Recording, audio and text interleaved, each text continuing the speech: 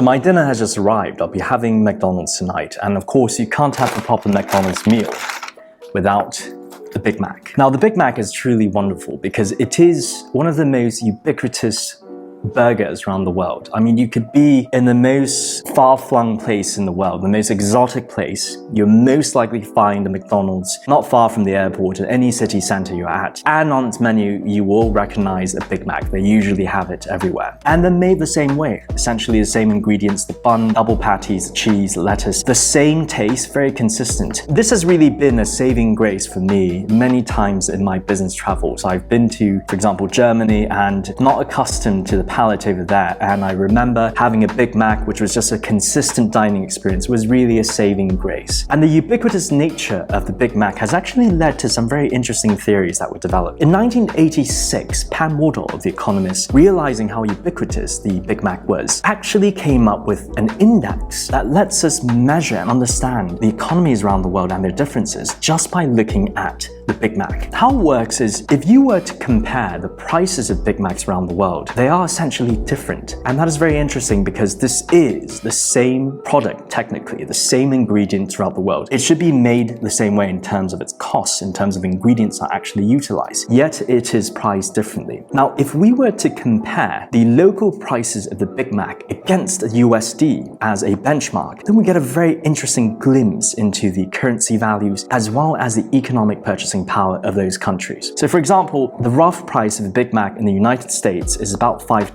Now, if you were to travel to China, then the Big Mac over there would cost around 21 yuan. According to the economic theory of purchasing power parity, for the same goods, they should cost essentially the same. So 21 yuan should equate to $5 because essentially we're buying the same thing. But of course, we know it doesn't. If you were to convert 21 yuan to USD, then it's roughly $3. So essentially, the Big Mac in the US costs $5, but yet in China it costs $3. There is a difference. It tells us two things. The first thing is that the Chinese yuan is actually undervalued against the USD, of course because of the differential, but also due to the differential of costs, where it's $5 in one country and $3 in another. Then we also realize that the purchasing power in China is roughly weaker.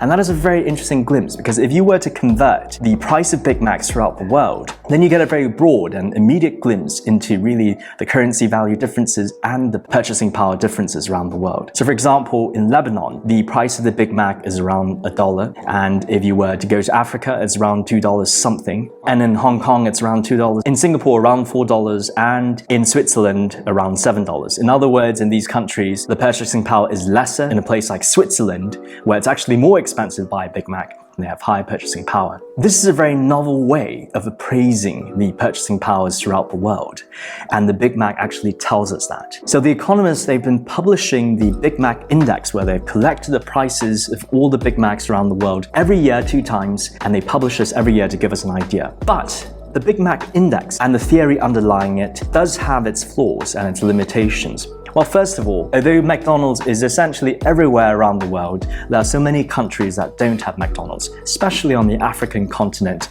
Many countries there that don't actually have a presence of McDonald's, as hard as it is to believe that. Secondly, the wage regulations, tax regulations, as well as the competitive environments around the world are different, which actually affect the pricing of the Big Macs and its artificial pricing in those countries too, which distorts an accurate assessment really of this price comparison. And finally, in many countries, McDonald's is actually considered a very expensive establishment. Places like India, where eating at McDonald's is really not the norm. People would prefer to have, let's say, other street food or local food there. So it also distorts really the value of McDonald's in those countries, which distorts our assessment of it. But despite this limitation, the Big Mac Index and the theory underlying it does provide a very novel, fun, interesting and broad way of quickly looking at the purchasing power parities throughout the economies of the world. So when you're having a Big Mac, I bet you never really thought about it. This burger actually holds a lot of secrets and tells us a lot about the economies of the world.